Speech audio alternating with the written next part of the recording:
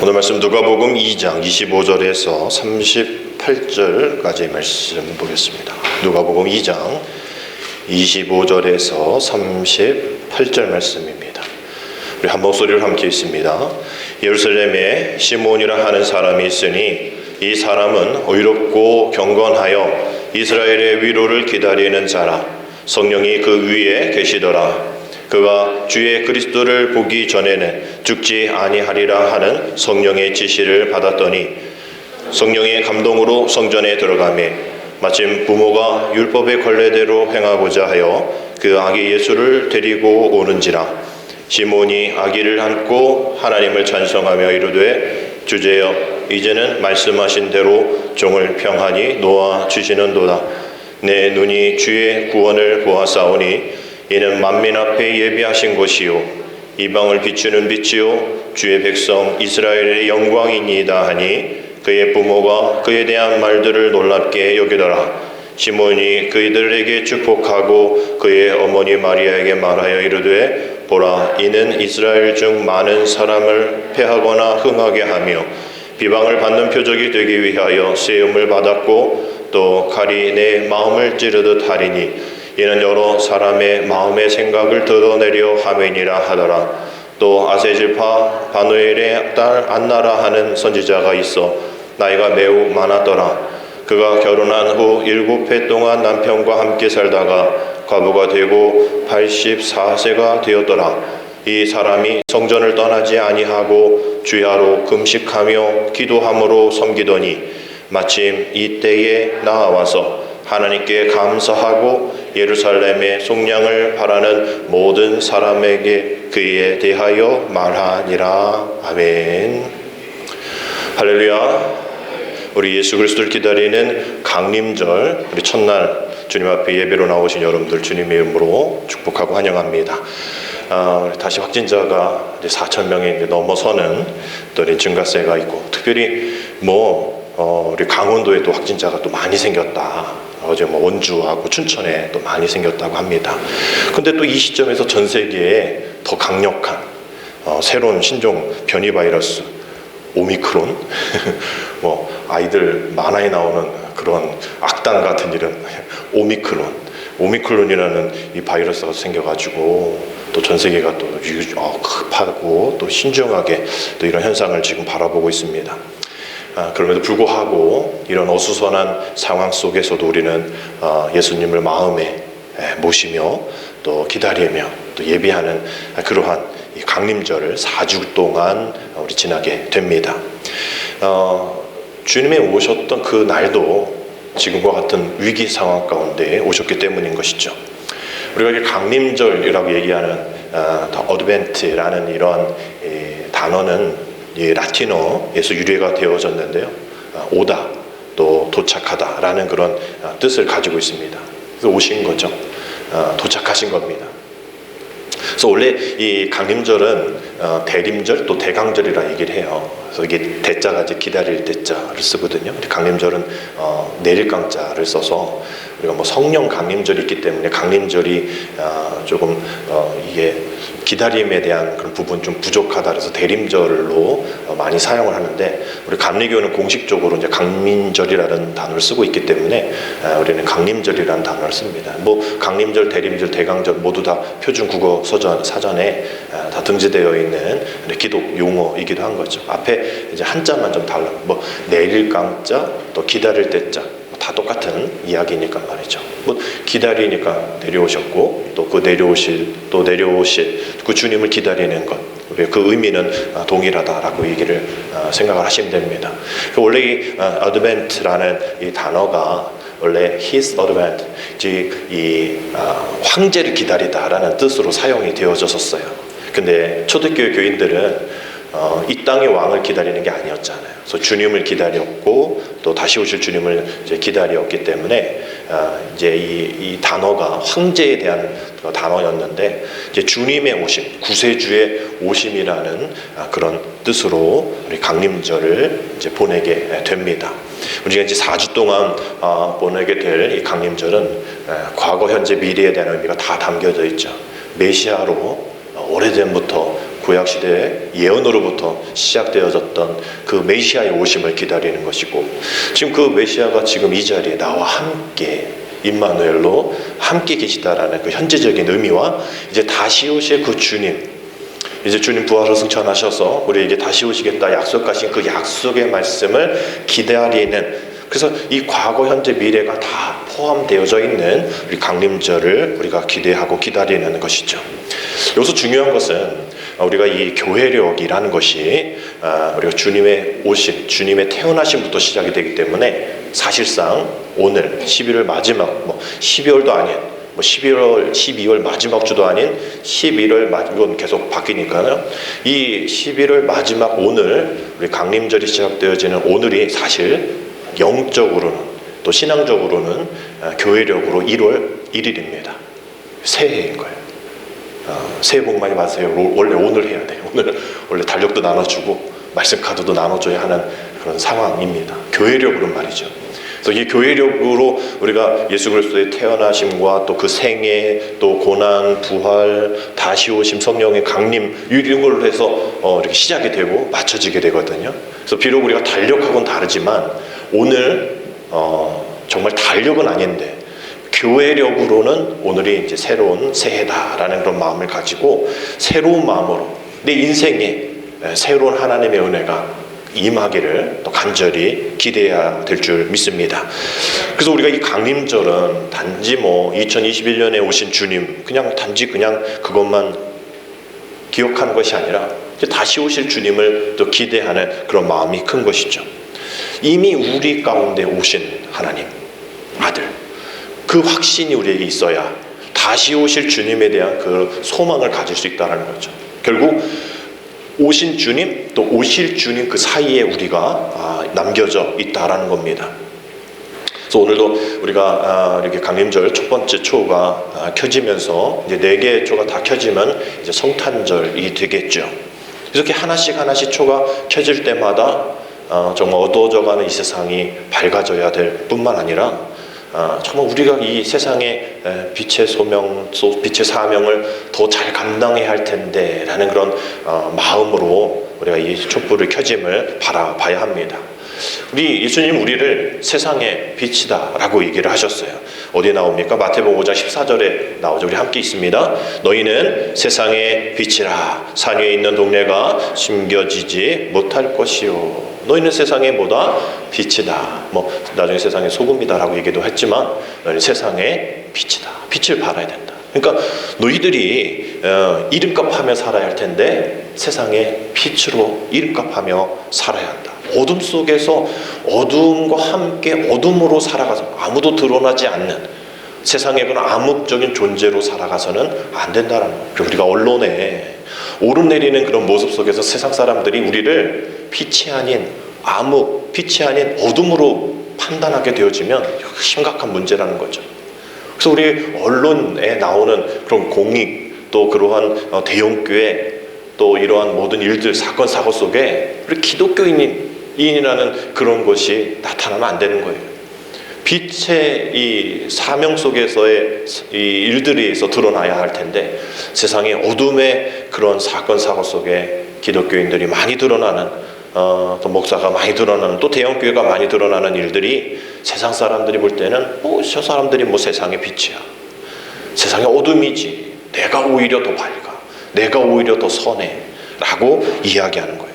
결국 이러한 초가 하나씩 켜질 때마다 하나님 먼저 내 안에 음침하고 어둡고 산 그런 부정적인 어둠을 다 물러내 주시고 이제 밖으로 세상에서 우리 믿음의 사람들이 교회가 세상에 빛이 되어질 수 있도록 그래서 어두워져가 이 세상 속에 아무도 보지 못하는 곳에 빛이 되어질 수 있는 그런 교회가 되게 하여 주옵소서. 그리하여 공포와 혐오와 또 차별과 분열의 영이 가득한 이 땅 가운데 정말 빛을 발하는 우리 믿음의 사람 되게 하여 주옵소서. 우리 전에도 어떤 이 선교사님이 말씀해 주셨던 거 제가 특히 말씀드렸던 기억이 나는데 그 나라마다 지배하는 나쁜 영이 있는데 이 중국은 짝퉁의 영이고 또 이 일본은 어떤 성적인 영이고 우리나라는 분열의 영이 잡고 있다라고 이렇게 이야기하셔서 정말 우리는 이게 흑백 논리와 또 이념 대결과 이런 것에서 빨리 헤어나야 된다. 이걸 위해서 기도해야 된다. 그런 모습들, 그런 분위기가 이제 교회 안에서도 분열의 영이, 또 우리 어린아이의 마음 가운데서 분열의 영이, 우리 교회 밖에 가정, 직장, 모든 이 사회 공동체 안에서도 이 분열의 영이, 상대방이 다른 생각 갖고 있는 것이 다른 생각임에도 불구하고 적으로 만드는 흑백 논리 가운데 있는, 그래서 뭐 요즘 대선 후보도 서로 뭐 네가 잘났네, 내가 잘났네, 뭐 이런 것 갖고 싸우고 있는, 정말 이런 거에서 빨리 헤어나야 이 분열의 영에 잡혀 있는 우리나라가 빨리 헤어나서 정말 이제 광명 찾는 그런 일들 가운데 있어야 한다라는 것이죠. 그래서 내 안에 어둠의 빛으로 물러나고 이 세상의 분열의 영이 빛으로 물러나는 그러한 일들이 되어질 수 있도록 주님, 우리를, 또 우리 가정, 우리 교회를, 또 이 사회를, 이 나라를, 한국교회를 빛으로 밝히 비춰주셔서 모든 것 회복하게 인도하여 주옵소서. 우리가 기도해야 될 줄 믿습니다. 우리 밴드에 이번 주에 한국 또 새로운 찬양 하나 올려드렸는데 위러브의 새로 나온 찬양입니다. 어둠을 찢으신 빛이라는 그런 곡이에요. 그 가사가 이렇습니다. 어둠을 찢으신 한 줄기 빛이 우리에게 임했대. 그 아름다움이 당신이 밝히신 그 나라 안에서 영원한 교제에 우리를 초대하네. 사랑이 찾아오지 못할 것 같은 곳, 빛이 절대 바라지 못할 것 같던 곳, 지치지 않는 그 사랑이 찾아내 밝히시네. 이 찬양의 가사처럼 지금 우리는 한 발짝도 쉽게 뗄 수 없는 어둠과 같은 그런 상황 속에 우리가 내던져져 있습니다. 빛의 존재임에도 불구하고, 빛의 사명을 받은 우리들임에도 불구하고, 빛으로 살아가야 될 우리의 모습이 전혀 드러나지 않는 이런 상황 속에서 우리는 강림절, 또 우리 성탄절을 기다리고 있습니다. 그래서 누군가는 첫 성탄절의 이야기가 영국으로 치면 희극입니까? 비극입니까? 라는 질문을 합니다. 우리 이번에 성탄절에 우리 교회 학교에서 준비했는지 잘 모르겠는데, 우리 성탄절 되면 우리 어린이들이 또 조그만 아이들이 나와서 재롱, 또 찬양, 성탄의 노래를 부르잖아요. 또 선곡도 하잖아요. 아기 예수, 마리아는 바가지 집어넣어가지고 이렇게 하고, 요셉 막 이렇게 나오고 애들이 막 하잖아요. 그런 모습을 보면 첫 성탄이 희극인 것 같은 그런 느낌이 들지만, 사실상 우리 어른의 눈으로 보면 첫 성탄은 비극이었다라고 얘기할 수 있죠. 우리의 그냥 느낌이 아닙니다. 요한복음 1장 11절에 첫 성탄의 분위기가 이렇게 되어 있죠. 한번 같이 읽을까요? 자기 땅에 오매 자기 백성이 영접하지 아니하였으니. 자기 땅에 오셨는데 자기 백성이 영접을 하지 않는 거예요. 이처럼 비참하고 이처럼 마음 아픈 일이 있습니까? 자기 땅에 오셨는데 자기 백성이 영접을 하지 않는다는 거예요. 메시아를 기다렸던 유대인들이 메시아를 바라보지 못하고, 아니 그들은 그렇다 치더라도 정말 메시아 신학과 또 메시아에 대한 율법을 잘 아는 그런 대제사장들과 율법학자들은 그런 우매한 유대인들을 가르쳐서 이분이 바로 메시아라고 얘기를 해야 함에도 불구하고, 또 그러한 예언적인 말씀들이 많이 나와서 딱 맞춰졌는데도 불구하고 아기 예수님을 영접도 하지 않았잖아요. 그 당시 권력자 헤롯은 어떻습니까? 그 예수님 없애려고 이런 짓까지 하잖아요. 마태복음 2장 16절, 이에 헤롯이 박사들에게 속은 줄 알고 심히 노하여 사람들을 보내어 베들레헴과 그 모든 지경 안에 있는 사내 아이를 박사들에게 자세히 물어 알아본 그때를 기준하여 2살부터 그 아래로 다 했다고요? 선물 줬다고요? 죽였다라는 거예요. 예수님 때문에 다 죽은 거예요. 우리가 수천 명으로 생각하는데 그 정도는 아니에요. 예루살렘이 좀 조그만 동네이기 때문에 아이들 2살 아래 이 바운더리를 좀 잡은 거죠. 그 2살 아래 아이들 하면 20명 정도. 아니 그래도 20-30명 아이들이 죽었단 말이에요. 예수님 때문에. 예수님 잡으려고 그렇게 해서 그냥 메시아 없다라고 얘기하려고 말이죠. 이처럼 비극적인 첫 성탄의 모습들이 어디 있습니까? 이거 결국 슬픈 그런 성탄의 첫 모습인 것이죠. 그러나 주님은 그 비극을 희극으로 바꾸시기 위해 사용하신 것이 십자가이죠. 주님은 그 십자가라는, 어떻게 보면 그 비극의 끝을 십자가로 희극을 만드신 분이 예수님이십니다. 빛 되시는 분, 빛으로 살아가게끔 그 십자가를 통해서 희극과 비극이 교차되어지는 그런 상황 속에서 비극이 희극으로 변화되어지는 그런 모습으로 우리에게 다가오신 것이죠. 이제 우리는 그 비극의 삶에서 희극의 삶으로 우리는 살아가는 그 주님을 기다리는 강림절을 우리가 들어서 있습니다. 여러분들이 지금 무엇을 기다리고 있습니까? 솔직히 저는 우리 아들의 대학의 그 문제들을 기다리고 있고, 여러분들은 또 어떤 건강을 검진했던 분들은 문제가 없어야 할 텐데 그런 것도 기다릴 수 있고, 또 여러분들 빨리 대출을 갚아야 하는 일들, 또 빨리빨리 해결해야 할 일들, 그것을 기다릴 수도 있겠지만 우리는 하루에 수많은 것을 기다리며 살아가는 존재인 것이죠. 그런데 여러분 정말 진정으로 한 해 동안 정말 기도하면서 어떠한 가치 있는 것을 기다려 왔는지를 여러분 한번 생각해 보자라는 거예요. 이 4주 동안 하나씩 촛불이 켜질 때마다 하나님 열매가 없어요. 하나님 뭐도 없어요. 내 삶에 아무것도 없어요. 그래서 기다릴 수가 없었어요 라고 고백하는 그런 모습 속에서도 비록 열매가 없다 할지라도, 결과가 그렇다 할지라도 주님은 그 기다림의 과정 속에서 충분히 가치 있다라고 얘기하실 것들이 있다라는 거죠. 1월 1일부터 뭔가 시작해서 12월 31일 날 뭔가 딱 열매가 있으면 얼마나 좋겠습니까? 우리가 전도도 해야겠죠. 또 믿음의 성장이 있어야겠죠. 1월 1일 날 가졌던 그 모습들이 12월 31일 날 딱 데이터로 또 이렇게 그래프로 드러나면 얼마나 좋겠어요. 근데 우리가 그렇게 되어지지 못하고 있지 않습니까? 네, 올해는 이렇게 하리라, 올해는 꼭 이렇게 하리라 했던 것들이 아직 다 완성되어지지 않잖아요.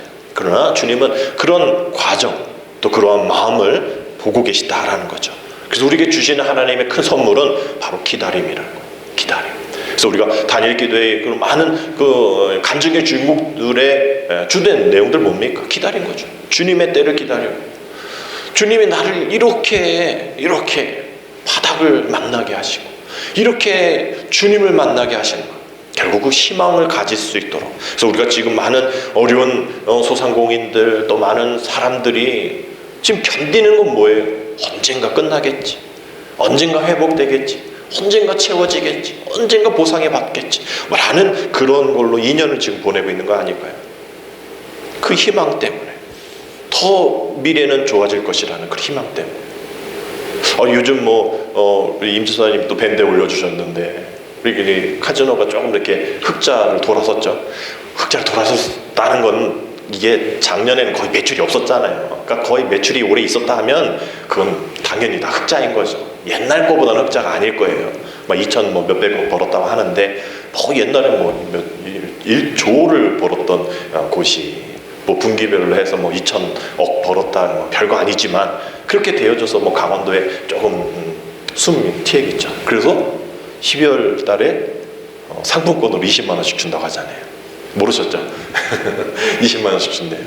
그래서 조금 정선 아리랑 상품권이 있긴 해도 좀 지역에 또 활발해질 거고, 또 고기, 소고기도 사 먹을 수 있을 거고, 또 그럴 것 같아요. 그런 거 조금씩 기대하잖아요. 12월 달에 20만 원을 들어온다. 나라 욕해도 그거 받으면 또 기분은 좋죠. 대선 앞두고 선심 쓴다라고 얘기를 하지만, 또 우리가 뭔가 기다리는, 그게 물질이든 또 사람이든 시간이든 결과든, 우리가 기다림은 희망이다라고 얘기할 수 있을 거예요. 결국 우리는 세상이 기다리는 그런 어떤 것을 기다리는 사람들이 아니죠. 우리가 여기 모인 사람들이 그 20만 원을 받기 위해서 모인 사람들이 아니잖아요. 우리는 주님의 오심을 기다리는 그 기다림의 공동체의 교회 성도들입니다. 아멘. 우리가 다른 물질 어떤 것을 기다리는 것이 아니라 주님을 기다리는 그러한 기다림의 공동체 가운데에 우리가 살아갑니다.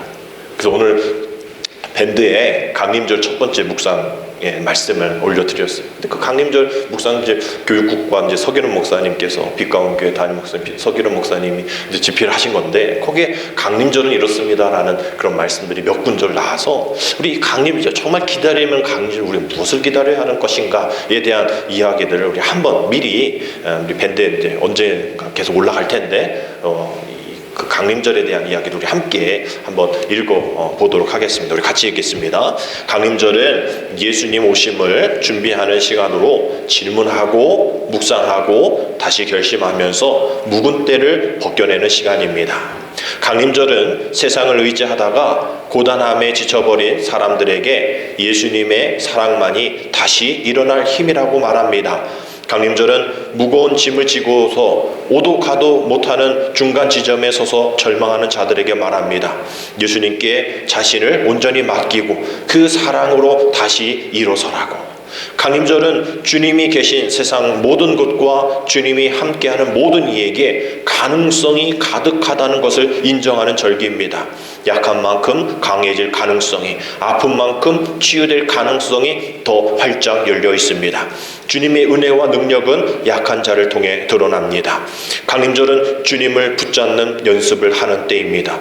강림절은 짜증과 우울함이 많은 이 시대에 통쾌한 반전을 일으키는 성도가 되길 결심하는 때입니다.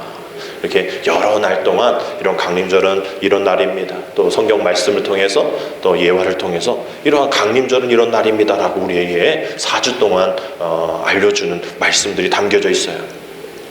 우리 교회 앞에 많은 잎사귀들이 떨어져 있습니다. 제가 그거 쓰느냐고 되게 짜증나요. 쓸고 나면 또 떨어지고. 근데 이제 쓸 게 없어. 왜? 다 떨어졌기 때문에. 나뭇잎은 이제 없어요. 다 떨어졌어요. 그러나 그 나무는 거기 서 있습니다. 또 꽃을 피겠죠. 날씨가 또 따뜻해지면 또 잎을 또 가지 이렇게 아름다운 꽃을 낼 겁니다. 그러나 또 떨어질 거예요. 그러나 제가 언제부터 저게 섬기셨는지 모르지만 매번 거기에 서 있어요. 잎이 다 떨어졌다고 해서 부끄럽고 숨고 난 도망갈래 하지 않습니다. 우리의 삶은 어쩌면 부끄러울 수밖에 없는 벌거벗은 모습으로 주님 앞에 나가는 것 아닌가 생각해요. 드라마 이렇게 앞에 보면 가식은 옷을 입지만 진실은 옷을 벗는다. 부끄럽지만 진실함을 보여주는 것.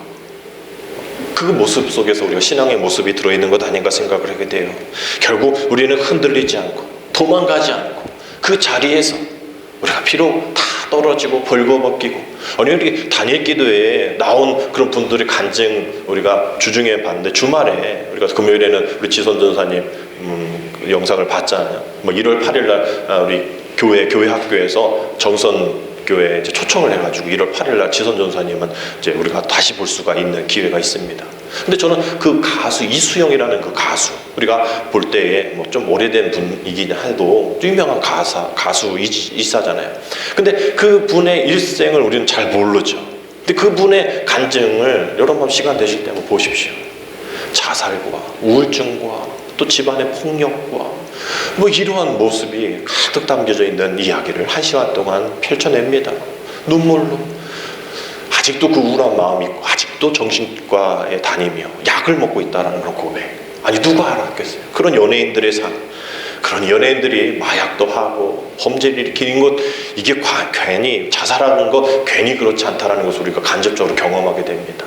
근데 다 벌거벗긴 채 드러내고 있잖아요. 난 이런 사람이었습니다. 난 지금도 이렇습니다. 주님의 은혜 아니면 난 살아갈 수가 없습니다. 지금도 나는 그 아파트 고층에서 떨어지면 자기를 이렇게 받아줄 것 같은 그런 느낌이 순간 생겨서 떨어지려고 한 찰나에 동생이 자기를 잡았다라고 얘기를 하잖아요. 여러분 그렇습니다. 우리는 그러한 삶이에요. 그러한 모습으로 우리는 사람 앞에 드러나면 참 부끄럽고 그냥 떨어져 나갈 수밖에 없고 흔들릴 수밖에 없는 우리인데 주님은 그럼에도 불구하고 그런 모든 사람들 다 내게로 오라라고 말씀하십니다. 가난한 자 내게 오고 자살하고 싶은 사람 내게로 오고 은혜에 목말란 사람 다 내게로 오라. 나는 늘 거기에 있을 거야 라고 우리 주님은 흔들리지 않는 그러한 모습으로 또 우리에게 그러한 것을 요청하십니다. 너희 교회가 너희 속회가 너희 가정이 너희 직분이 그래야지. 흔들리지 말아야지. 그 자리 지켜야지. 세상에 바쁜 사람들에게 네가 그 자리를 지켜야 세상 사람들이 너한테 오지. 너도 바쁘고 너도 세상 일 하면서 그렇게 떠다니면 누가 그 자리를 지키며 누가 그 자리에 함께 모이겠니? 그러한 모습 가운데에 정말 흔들리지 않고 주님을 기다렸던 1, 2년 기다렸던 사람은 오늘 소개하지도 않아요. 정말 2 사람을 오늘 소개해 드릴 텐데 정말 묵묵히 그 자리에서 어떤 어려움 속에서도 흔들리지 않았던 두 사람을 저와 여러분들 오늘 만나게 될 겁니다. 첫 번째 사람은 25절에 나온 사람입니다. 우리 같이 읽습니다. 예루살렘에 시몬이라 하는 사람이 있으니 이 사람은 의롭고 경건하여 이스라엘의 위로를 기다리는 자라. 성령이 그 위에 계시더라. 그 첫 번째 사람, 우리 오늘 만나게 될 메시아를 끝까지 기다렸던 그 첫 번째 사람은 예루살렘에 살았던 시몬이에요. 이 시몬이 존경받았던 사내들인 회장이었다는 추측과 이런 것들이 있지만 성경은 그렇게 정확한 자료를 말씀해주고 있진 않아요. 그러나 오늘 성경에서 뭐라고 얘기합니까? 그 사람을 의롭다, 또 경건한 사람이다라고 얘기를 해요. 그리고 이스라엘 구원자 오기를 간절히 기다렸던 사람이다라고 이야기합니다. 여기서 중요한 것은 그렇게 할 수 있었던 이유가 성령이 그 위에 계시더라. 혼자 그렇게 기다릴 수 있는 어떤 여건이 있어서가 아니라, 시간이 남아돌아서가 아니라 성령이 시몬을 붙잡고 있었던 거예요. 뭐 하도록? 기다리도록. 그러면서 이러한 기다림이 어떻게, 우리가 이걸 좀 놓칠 수 있는 부분인데 26절에 그가 왜 기다려야 되는지, 그가 주의 그리스도를 보기 전에는 죽지 아니라 하는 성령의 뭐를 받았다? 지시를 받았다는 거예요. 너에게 사명을 줄 텐데 너는 언젠가 죽을 건데 너 메시아를 보지 않을 때까지는 넌 못 죽어.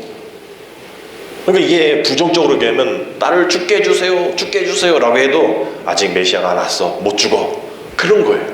그러니까 성령의 지시로 주님 그리스도 예수 그리스도를 보기 전에는 너 못 죽어. 그만큼 너 끝까지 기다려야 해. 너의 사명이야. 뭐 다른 거 하라고 안 해. 너 그냥 기다려. 끝까지 기다려. 그래서 계속 그렇게 기다리고, 오늘 성령님 오늘입니까? 아니야. 오늘입니까? 아니야. 오늘입니까? 근데 성령의 감동을 확 주셔서 어떤 부모가 난지 8일 된 아이 할례를 받아야 되니까, 유대인들은 정결법을 또 정결예식 해야 되니까 이렇게 오는 거야. 오늘입니까? 마음이 확 주는 거예요. 그래서 막 달려가서 성전에 들어갑니다. 오늘입니까? 맞다는 느낌을 주시는 거죠. 그래서 이렇게 이 8일 된 아이를 안고 하나님을 찬양하고 29절에 이렇게 고백하죠. 주제여 이제는 말씀하신 대로 종을 평안히 놓아주시는도다.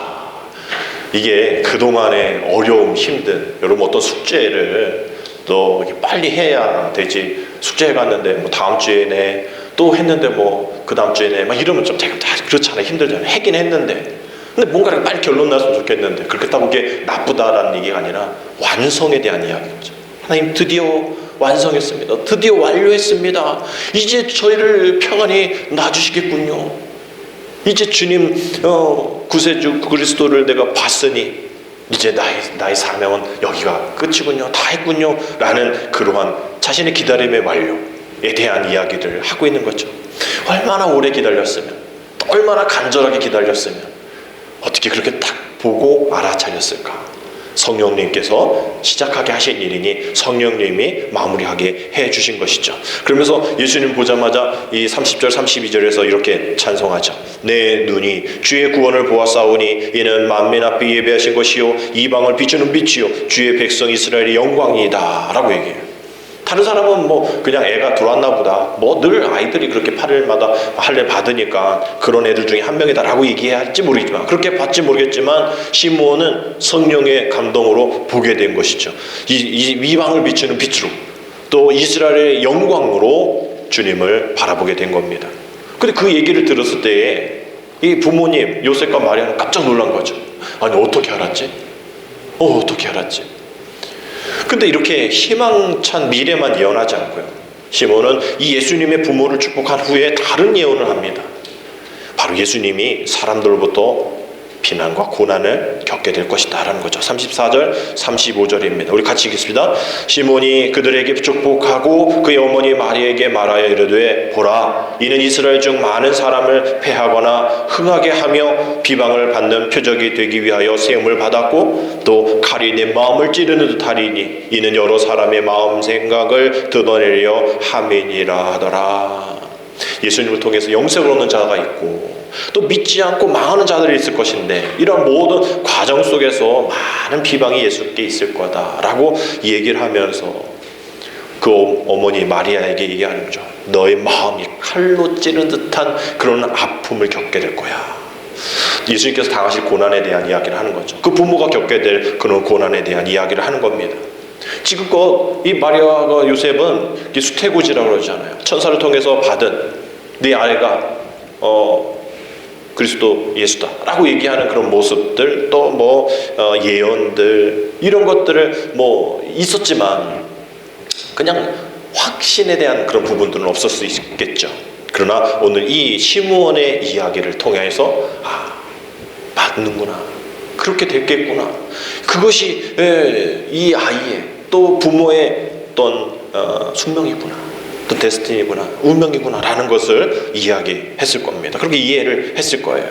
그래서 이렇게 시므온을 통해서 이 올바른 기다림이 가능하게 되었던 것은 늘 말씀을 묵상하고 늘 성령님과 함께 동행하면서 그렇게 깊이 뿌리를 내리는, 어떤 것을 흔들리지 않는, 포기하지 않는, 그냥 이대로 그냥 죽으면 될 텐데 라는 것 생각하지 않고 끝까지 잘 기다렸던 그런 경건의 능력이 있고, 또 경건의 모양이 있고 경건의 훈련이 되었던 시므온의 그런 모습을 우리가 또 배워야 하는 것이죠. 두 번째로 아기 예수님을 만난 사람이 나오는데 안나 선지자입니다. 시므온이 남성을 대표하고 있다면 오늘 안나는 여성을 또 대표할 수 있겠다라고 얘기하겠죠. 근데 이 저자 누가는 시몬보다 이 안나를 좀 더 자세하게 설명을 합니다. 36절 37절 보면 또 아세질파 바누엘의 딸 안나라 하는 선지자가 있어 나이가 매우 많았더라. 그가 결혼하고 7해 동안 남편과 함께 살다가 과부가 되고 84세가 되었더라. 이 사람이 성전을 떠나지 아니하고 주야로 금식하며 기도함으로 섬겼다라고 되어 있어요. 시몬보다 더 많은 정보를 제공해주고 있습니다. 그래서 우리가 이렇게 채축해보면 이 과부잖아요. 결혼하지 7년 만에 남편을 잃었습니다. 근데 지금 84세래요. 이렇게 유추해보면 뭐 지금과 다르게 그 당시에는 15살 뭐 그때쯤 결혼했나 보죠. 그래서 이렇게 7년에 대해서 20 몇 살 됐겠죠. 그래서 이제 84세 됐죠. 계산해보면 과부로 한 60여 년을 살게 된 거예요. 과부로 한 60여 년을 그 긴 기간 동안 성전을 떠나지 않고 금식하면서 오로지 기도하는 일, 하나님의 전을 위해서 봉사하는 일, 이 세월을 보냈다라는 거예요. 이 안나 선지자가 그렇게 할 수 있었던 이유도 기다림이라는 거죠. 시므온 같은 그 기다림. 그리고 38절에 보면 마침 이때에 나와 하나님께 감사하고 예루살렘의 속량을 바라는 모든 사람에게 그에 대하여 말하였다라고 했어요. 그 오랜 시간 동안 기다렸던 주님을 만났고 또 그것에 대해 감사하고 거기서 끝나는 것이 아니라 사람들에게 그 예수님을 전했다는 거예요. 말하니라라고 되어 있는데 이거는 미완료 시제입니다. 아직 다 끝난 게 아니라 계속 84세임에도 불구하고, 그 당시 84세면 여러분 예수님이 뭐 30 몇 살 때 이렇게 막 나타나셔서 예수 하나님께서 말씀하시니 이랬을 때 우리는 30살에 뭐 청년 결혼도 안 하는 애가 이럴 수 있지만 그 당시 30 몇 살이면요 어떤 좀 이렇게 사회 지도층의 나이인 거예요. 평균 연령대가 낮아진 그런 때이니까 말이죠. 근데 84면 아마 지금 뭐 100세로 볼 수도 있는 그런 나이 아닐까요? 그럼에도 불구하고 계속 전하는 것들이 바로 예루살렘의 속량입니다. 앞서 시몬이 이스라엘의 위로를 얘기한 것과 동일한 것. 이스라엘 위로, 예루살렘의 속량. 이 나이 많으신 분들이 지금 젊은 사람이 아니라 나이 많으신 분들이 그 하나님의 소명 가지고 그 하나님의 사명을 가지고 끝까지 미완료 시대 끝까지 뭐 시몬은 어떻게 된지 마지막에 다 나오지 않지만 하여튼 이 안나 선지자는 끝까지 말씀 전하는 일에 그 사명을 다 바쳤다라는 거예요. 그러니 지금 저는 뭐 나이가 들었어요. 저는 뭐 관절이 아파요. 저 허리가 아파요. 저는 저녁 때 잠을 일찍 자야 돼. 라면서 교회 안 나오시는 우리 어르신, 안나선교회라고 하죠. 안나선교회. 몇 분 계셔. 제가 늘 관심 갖고 계신 분들이 계신데, 그쵸? 장로님, 이경욱 변사님, 뭐 일을 핑계 댈 게 없어요. 안나선교회라고 이름 지면 84세부터 더 일을 하셔야 돼요. 100세까지 사셔야 되는 거고 이런 거예요. 지금 나이가 들어옴에도 불구하고 이스라엘 위로와 예루살렘의 속량을 위해서 그 나이에도 계속 전도하고 기도하였다라는 거예요. 결국 예수님을 기다리는 그 기다림은 그 기다림이 만났을 때의 끝이 아니라 그 다른 기다림으로 다른 숙제가, 다른 우리의 사명이 우리에게 전해진다라는 거예요. 그래서 우리는 계속 기다리고, 또 그것이 완료되었다 할지라도 또 다른 것을 기다리고, 그 기도가 다른 중보의 기도의 제목으로 이어나가는 그런 모습들이 우리에게 있어야 한다라는 것이죠. 그 기다림의 중심에 서 있었던 그 두 노인의 모습 속에서, 그 노인, 우리가 과부, 어린아이, 이 노인, 이 사람들 다 그 당시 사회적 약자잖아요. 지금도 마찬가지지만 그 당시는 더 했잖아요. 여자만, 이런 그런 사회적인 약자들이 주님을 기다리는 게 선봉에 서 있단 말이에요. 평생 기다렸고, 또 그 기다림에 만났을 때 그 감격들, 그 감격으로 그 노년의 삶을 마무리할 수 있었던 것처럼, 우리는 과연 이 노년의 삶에, 또 이 마지막 때에 우리는 무슨 기쁨으로, 어떠한 삶으로 깨어 기도하며 소망 가운데 살아갈 수 있을까? 다시 오실 주님을 어떻게 기다릴까? 게으르지 않게 깨어서, 나이 핑계대지 않고, 내 상황 핑계대지 않고, 내 건강 핑계대지 않고 주님 앞에 나아갈 수 있을까? 우리가 단일 기도회를 통해서 많은 간증자들, 그래요, 그 간증이 정말 내게 유익이 됐죠. 그런데 여러분의 간증이 되어져야 돼요. 여러분들의 또 우리의 사명이 사역이 되어져야 돼요. 기도하는 사명, 예배드리는 사명, 우리 가운데 있어야죠. 우리 예배 가운데 있어야죠. 다른 사람의 간증 아닙니다. 하나님을 자랑하는 간증의 주인공이 누군가가 되라가 아니라 내가 되어져야 한다라는 것이죠. 어디에서요? 이곳에서, 충만한 교회에서 말입니다.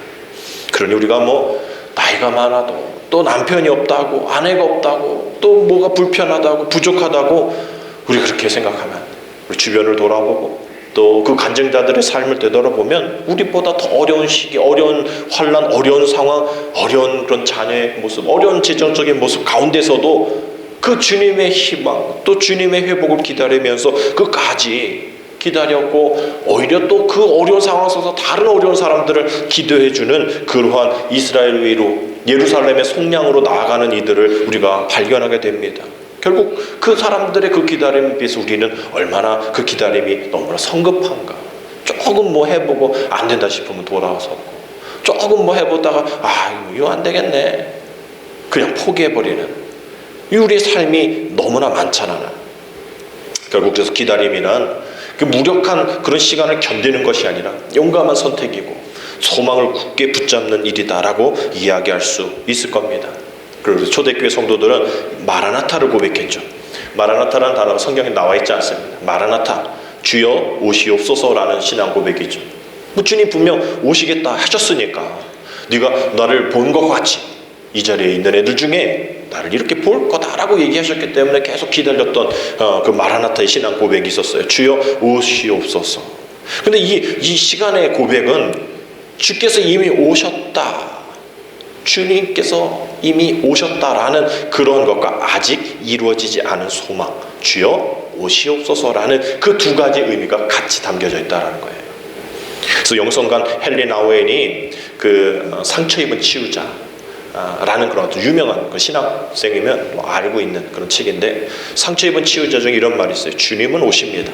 내일이 아니라 오늘, 내년이 아니라 올해, 우리의 비참함이 다 지나가고 난 뒤가 아니라 그 한가운데로, 다른 곳이 아니라 바로 우리가 서 있는 이곳으로 주님은 오십니다.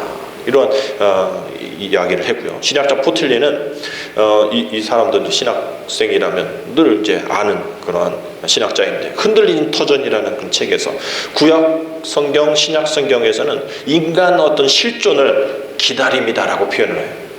그래서 시편을 갈망하는 그런 기다림, 또 사도의 서신은 참을성 있는 기다림을 그렸다라고 얘기해요.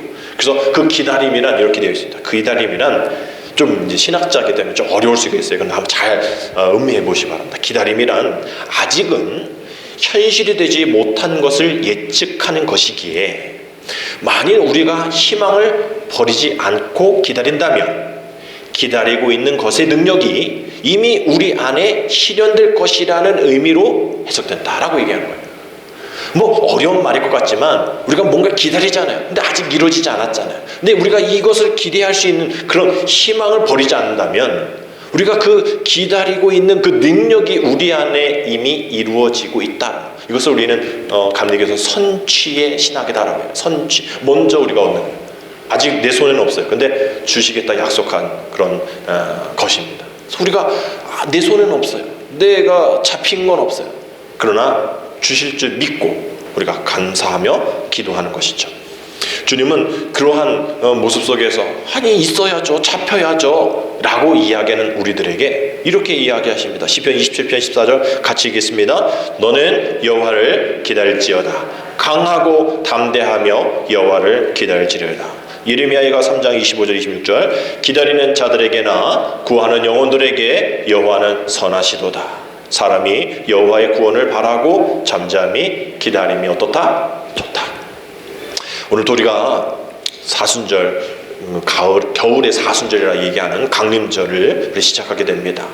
오늘도 여러분들이 이 자리에 오셔서 정말 깨어 기도하며 또 새벽마다 기도하시면 또 여러분이 있는 곳에서 기도하시면 아직 우리에게 잡힌 것 아니지만 아직 우리에게 뭔가 다 회복된 것 아니지만 그래서 불안하고 또 초조하고 흔들리고 떠날 수밖에 없는 우리 상황들이지만 그럼에도 불구하고 이미 이곳에 이미 내 안에 이미 내 믿지 않는 남편에 믿지 않는 아내 믿지 않는 가정 믿지 않는 자녀에게 이미 임하셔서 이미 그 구원을 베풀어 주셔서 아직은 주님은 믿지 않지만 아직은 주님의 영광이 드러나지 않지만 그 상황 가운데에 드러나실 그 주님을 바라보면서 소망하면서 주님을 증거하는 그 믿음으로 살게 된다면 주님이 신실하게 우리에게 약속하신 것 그 약속을 버리지 아니하시고 신실하게 지키시는 그 약속을 바라보면서 우리가 주님을 기다릴 수 있게 될 겁니다. 오늘 강림절 첫째 날 오늘 여러분들이 주님을 기다리실 텐데 어떠한 마음, 어떠한 자세로 주님을 기다리실지를 오늘 이 두 어르신을 통해서 우리가 배운 것처럼 결국 우리는 끝까지 기다리는 것이죠. 정말 주님의 뜻을 구하며 내 힘으로가 아닌 주님의 뜻으로 주님의 사명으로 성령의 임재하심으로 우리가 기다려야 될 줄 믿습니다. 오늘부터 4주간 여러분들이 기다리실 때 정말 간절히 기대하는 것이 무엇인지 혹 세상의 유혹, 세상의 어떤 이익, 또 세상의 또 영광을 구하는 그런 세상의 가치일지 모르죠. 신앙 안에서의 가치가 아닌 우리가 오히려 더 주님의 은혜 가운데 있는 신앙 안에 더 가치 있는 것들을 더 기다리면서 우리가 4주를 보내게 되어지면 정말 그것이 우리가 손에 잡혀있지 않다 할지라도 잡혀져 있는 것이 또 있었겠지만 그렇지만 그럼에도 불구하고 그 기다림 가운데 있었던 그 기쁨 또 하나님의 영광 올려드리는 일 주님은 그거 기다리고 계시다라는 것을 여러분 기억하시면서 오늘 다시 오실 주님을 기다림으로 오늘 시작하는 저와 여러분 되시기를 주님의 이름으로 축복합니다. 기도드립니다. 더딘 것처럼 느껴질지라도 결코 늦은 법이 없는 신실하게 약속해 주시는 그 주님을 바라보며 강림절 첫째 날을 지납니다. 주님 성탄의 의미를 잘 모르는 사람들 또 고난 속에서 구원을 기다리는 사람들에게 찾아가 주셔서 또 내 안에 찾아와 주셔서 빛을 비추어 주옵소서. 소망 잃지 않고 믿음 흔들리지 않고 내가 서 있는 그곳에서 벌거벗기 있는 듯한 그러한 아픔과 시련과 창피함이 있다 할지라도 주님이 우리의 모든 것을 가려주시고 덮어주시고 위로해 주시기에 오늘도 그 위로를 기다리오니 주님의 나타나심을 믿음 잊지 않고 성령의 임재함으로 끝까지 기다리는 우리들 되어지게 주여 인도하여 주옵소서. 예수님의 이름으로 감사하며 기도드립니다. 아멘.